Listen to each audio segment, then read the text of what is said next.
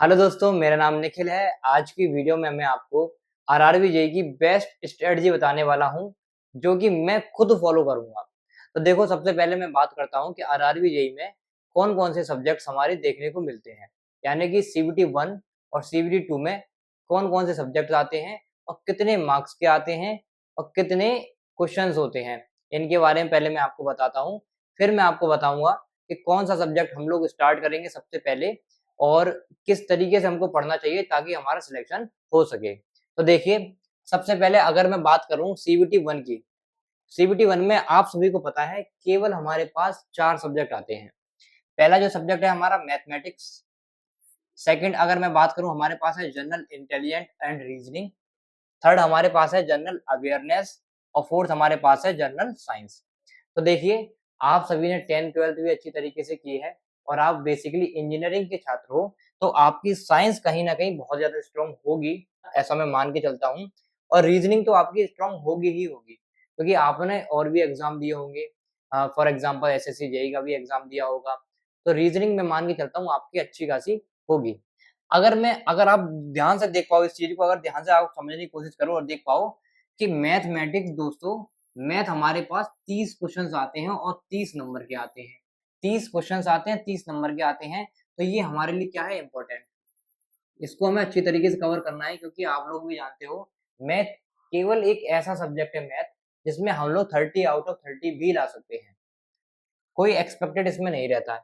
अगर मैं बात करूँ रीज़निंग की, तो रीज़निंग के कितने क्वेश्चन्स आने वाले हैं दोस्तों? 25 क्वेश्चन आने वाले हैं और 25 ही मार्क्स के आएँगे। तो रीज़निंग ऑलरेडी आप सभी की स्ट्रॉन्ग होगी, तो इसको हम थोड़ा कम पढ़ सकते हैं या फिर अपने अकॉर्डिंग हम लोग क्वेश्चन्स की प्रैक्टिस कर सकते हैं रीज़निंग की। नेक्स्ट अगर मैं बात करूँ, हमारे पास है जनरल अवेयरनेस। इसके 15 क्वेश्चन्स आते हैं और ये 15 मार्क्स के ही आते हैं। तो दोस्तों ये क्या है, बहुत अनएक्सपेक्टेड रहता है। कैसा रहता है? अनएक्सपेक्टेड रहता है। इसका कोई पता नहीं कि कौन-सा क्वेश्चन्स आ जाए। तो इस पे मैं अभी ज़्यादा ध्यान नहीं दूँगा। मैंने जो सोचा है वो यही सोचा है कि जनरल अवेयरनेस पे ज़्यादा ध्यान नहीं दूँगा। बेसिकली मैं अवेयर रहूँगा करंट अफेयर के थ्रू कि भाई क्या चल रहा है हमारे देश में। उसकी जानकारी रखूँगा केवल। नेक्स्ट है जनरल साइंस। ये ऑलरेडी मेरी थोड़ी-सी स्ट्रॉन्ग है और ये 30 मार्क्स की आती है। इसको आपको और ज़्यादा स्ट्रॉन्ग करनी है जनरल साइंस। ये मान लो, ये भी बहुत ज़्यादा ज़रूरी है हमारे लिए। यानी कि जनरल साइंस हमारे लिए ज़रूरी है और मैथ हमारे लिए ज़रूरी है। ये 2 सब्जेक्ट हमारे लिए बहुत ज़्यादा ज़रूरी है, तो इस पे आपको खासकर बहुत ज़्यादा फ़ोकस रखना है। तो अभी मैं किस-किस बातों पर ध्यान देने वाला हूँ? अभी अगर मैं आपको हाइलाइट करके दिखाऊँ, तो एक तो मैं इसकी प्रैक्टिस डेली रखूँगा, है ना? मैथ, मैथ मेरे को आना ही चाहिए, क्योंकि ये मेरे लिए बहुत ज़्यादा ज़रूरी है, 30 नंबर का आने वाला है इसीलिए, ठीक है? सेकंड हमारे को जो ज़रूरी है वो है हमारे पास जनरल साइंस, यानी कि साइंस भी बहुत ईज़ी सब्जेक्ट है और आसानी से हम लोग 30 नंबर ला सकते हैं। तो साइंस और मैथ, इस पे मैं ज़्यादा फ़ोकस करूँगा। रीज़निंग ऑलरेडी हमको थोड़ी बहुत आती है, रीज़निंग को भी हम लोग साथ-साथ कर सकते हैं। वो हमारे ऊपर ऑप्शन के ऊपर डिपेंड करता है कि हमें कितनी रीज़निंग आती है, कितनी नहीं आती है। अभी मैं नेगलेक्ट करूँगा, किसको नेगलेक्ट करूँगा कि भाई जनरल अवेयरनेस को नेगलेक्ट करूँगा और मैं अवेयर रहूँगा करंट अफेयर। अगर मैंने पढ़ लिए तो वो मैं करंट अफेयर देख लिया करूँगा। ये तो हमारी सीयूटी 1 की बात होगी कि कौन-कौन से सब्जेक्ट आने वाले हैं। अब मैं बात करता हूँ सीयूटी 2 के बारे में। तो देखिए, सीयूटी 2 में जनरल अवेयरनेस, देखो यहाँ पर भी आपको जनरल अवेयरनेस देखने को मिलेगी, 15 क्वेश्चंस मिलेंगे और 15 ही मार्क्स के मिलते हैं। और फिर क्या आ गया हमारा फिजिक्स, केमिस्ट्री, यानी कि ये साइंस का पोर्शन आ गया दोस्तों। तो जो आपने सीयूटी 1 में तैयारी की थी वो यहाँ पर काम आएगी आपके। नेक्स्ट है हमारे पास basics of computer and application. इसके 10 क्वेश्चंस आएँगे। ये जो 10 क्वेश्चन है ये इतने ईज़ी क्वेश्चंस आते हैं, आपसे फुल फॉर्म पूछ लेगा कि भाई WAN की फुल फॉर्म क्या होती है, WWW की फुल फॉर्म क्या होती है। तो बहुत ईज़ी-ईज़ी क्वेश्चंस आते हैं कंप्यूटर से ऊपर। ये आप लोग आसानी से कर सकते हो। नेक्स्ट हमारे पास basic of environment and pollution control. इसके भी 10 क्वेश्चंस आएँगे, इसकी हम लोग प्रैक्टिस कर लेंगे। नेक्स्ट है हमारे पास टेक्निकल एबिलिटीज़। दोस्तों इसके 100 क्वेश्चंस आएँगे और ये ही हमारा क्या है, सबसे बड़ा पोर्शन है। मेजर पोर्शन यही है जो कि हमें कवर करना है। अगर हमें सिलेक्शन लेना है तो इसको भी कवर करना ही पड़ेगा। क्योंकि अगर आपने एएलपी डाला होगा या फिर टेक्नीशियन का फॉर्म डाला होगा आरआरबी में या फिर एनटीपीसी डालने वाले हो, तो सबका सिलेबस सीयूटी 1 का ऑलमोस्ट सेम ही रहता है। तो वो आपकी तैयारी चलती रहेगी पैरेलल में, उसकी कोई परेशानी नहीं है। लेकिन यहाँ पर हमारे पास क्या है, टेक्निकल एबिलिटीज़। अब इसमें आपको पता है, मैकेनिकल की अगर मैं बात करूँ, लगभग 15 ऐसे सब्जेक्ट हैं जिसको हमें तैयार करना पड़ेगा। अब 15 सब्जेक्ट में भी मैं आपको आगे आने वाली वीडियोस में बता दूंगा कि टॉप 5 सब्जेक्ट क्या हैं जिससे रेलवे सबसे ज्यादा क्वेश्चंस पूछता है और कौन कौन से टॉपिक से ये क्वेश्चंस पूछे जाते हैं, ये भी मैं आपको बता दूंगा। चलिए, ये तो हमारी सीबीटी 2 की बात हो गई। क्या अब हमें देखो ध्यान देना है, वो हमें टेक्निकल एबिलिटीज पे ध्यान देना है, क्योंकि अगर हमने सीबीटी 1 की तैयारी अच्छी तरीके से की है और हमारा सिलेक्शन हुआ है, तो हमको साइंस बहुत अच्छी तरीके से ऑलरेडी आती होगी 15 क्वेश्चंस की, है ना? 15 मार्क्स हमारे कंफर्म हो सकते हैं इससे आसानी से। 10 क्वेश्चन कंप्यूटर वाला, ये भी आपके 110% कवर हो जाएँगे। Basic environment and pollution control में भी 10 क्वेश्चंस आते हैं। इसमें से भी अगर आप थोड़ा बहुत भी पढ़ लोगे ना, तो 5-7 क्वेश्चन आराम से बना लेंगे। ये बेसिक हमारी जो नॉलेज होती है ना, उसके ऊपर क्वेश्चंस होते हैं। चलिए नेक्स्ट अगर हम बात करें, अब मैं अपनी स्ट्रेटजी बताता हूँ कि भैया मैं किस तरीके से इस एग्जाम को कवर करूँगा या फिर मैं इसकी तैयारी कैसे करूँगा और वो तैयारी आपके लिए भी बेस्ट होगी। वो मैं आपको बताने की कोशिश करता हूँ। तो मेरे लिए बेस्ट है। देखिए, मैंने जो डिवाइड किया है, मैंने टेक्निकल पोर्शन को 3 आवर दिए हैं।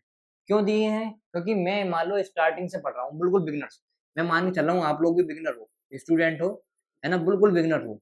बिल्कुल जो बिगिनर्स हैं, वो भी कम से कम 3 घंटे टेक्निकल को देगा, क्योंकि सबसे पहले उसको सारे सब्जेक्ट के नोट्स अच्छी तरीके से बनाएँगे और नोट्स बनाने के लिए कम से कम हमें 3 आवर चाहिए ही चाहिए होगा। अगर हमने 1 घंटे का लेक्चर होता होगा या फिर डेढ़ घंटे का लेक्चर होता होगा, तो हमने 2 लेक्चर कवर कर लिए, फिर उसके नोट्स बना रहे हैं हम लोग, तो लगभग हमको 3 घंटे लग ही जाते हैं। क्योंकि मैंने खुद 5 दिन से मैं तैयारी कर रहा हूँ और मेरे को पता है कि भई टेक्निकल कवर करने के लिए कम से कम 3 घंटे जाते ही जाते हैं।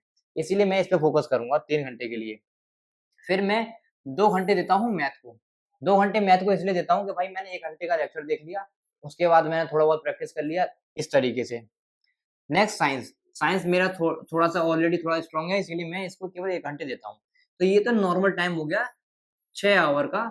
6 आवर में क्या करता हूँ मैं, केवल वीडियो लेक्चर देखता हूँ, उसकी नोट मेकिंग करता हूँ अच्छी तरीके से। ये सिंपल सा है।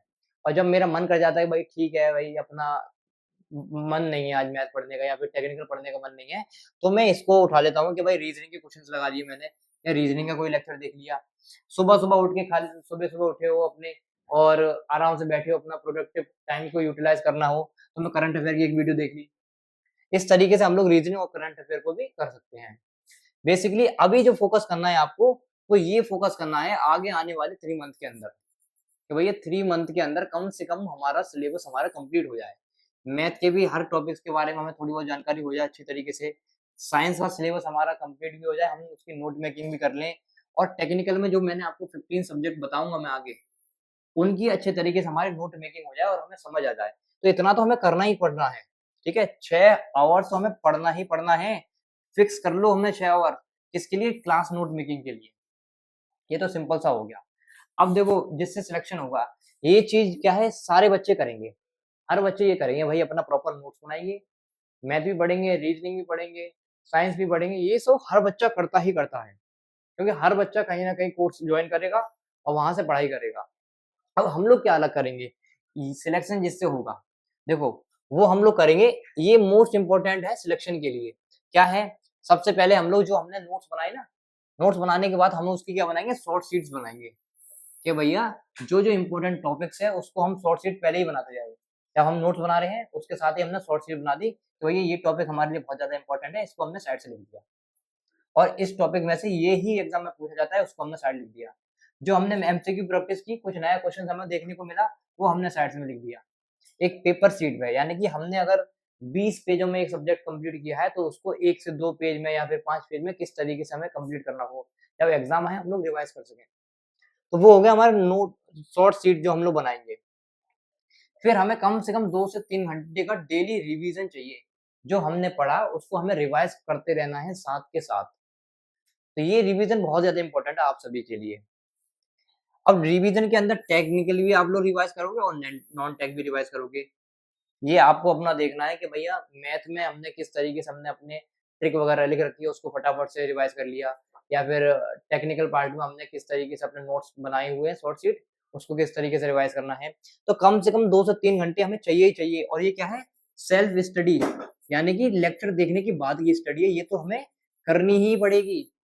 इसी से सिलेक्शन होगा हमारा, क्योंकि नोट मेकिंग वगैरह हम लोग करते ही रहेंगे, इससे सिलेक्शन नहीं होगा। इस चीज़ से सिलेक्शन होगा। अच्छा, एक बात और आप लोग मिस कर रहे हो कि जब आप क्लास के नोट्स वगैरह बना रहे हो ना, उसके साथ-साथ पैरेलल में एक काम और कर सकते हो। जैसे भी आप किसी कोर्स में जाते हो, तो वहाँ पे एमसीक्यू प्रैक्टिस वगैरह भी रहती है। तो मान लो अब आपने एक चैप्टर कंप्लीट किया, है ना? फॉर एग्ज़ाम्पल आपने इंडस्ट्रियल मैनेजमेंट में प्रोडक्शन प्लानिंग कंट्रोल आपने एक चैप्टर कंप्लीट किया। अब उसमें क्या हुआ, उसके जितने भी एमसीक्यू क्वेश्चन आज तक पूछे गए हैं, सारे एमसीक्यू क्वेश्चन्स की प्रैक्टिस आप लोग साथ के साथ करते चलना। तो ये आपके लिए नोट बहुत ज़्यादा इम्पोर्टेंट है, ठीक है? अब लास्ट में आता है जब हमें 1 आध महीना हो जाएगा अपने नोट मेकिंग करते समय, ऑब्जेक्टिव क्वेश्चंस लगाते समय, फिर हमें क्या करना है, अपने आप को एनहांस करना है। अपने आप को चेक करना है कि भाई हमें कितना हमें अभी तक आ चुका है और कितना हमें अब और ज़्यादा प्रैक्टिस करनी है। वो हमें एनालाइज़ करना है। तो उसके लिए हम लोग क्या करेंगे, परफॉर्मेंस, करेक्शन और इम्प्रूवमेंट। पहले हम अपना परफॉर्मेंस चेक करेंगे कि भाई हमें कितना आ रहा है, या फिर हम टेस्ट वगैरह दे के देखेंगे भाई कितने नंबर हमारे आ रहे हैं, उसमें क्या गलती हम लोग कर रहे हैं, फिर उस गलती को सुधारना भी है। और जो गलती हम लोग कर रहे हैं ना, मान लो हमने क्वेश्चंस लगाई, क्वेश्चंस लगाने के बाद हमारे 5 क्वेश्चन गलत गए, वो 5 क्वेश्चंस हम लोग साइड से नोट करते जाएँगे कि भाई अगली बार हमें क्वेश्चन रिवाइज़ करना है तो ये 5 क्वेश्चन रिवाइज़ करेंगे। और जो हमारे सही हो गए उसको हमें रिवाइज़ करने की ज़रूरत नहीं है, वो तो हमारे दिमाग में फीड हो जाते हैं।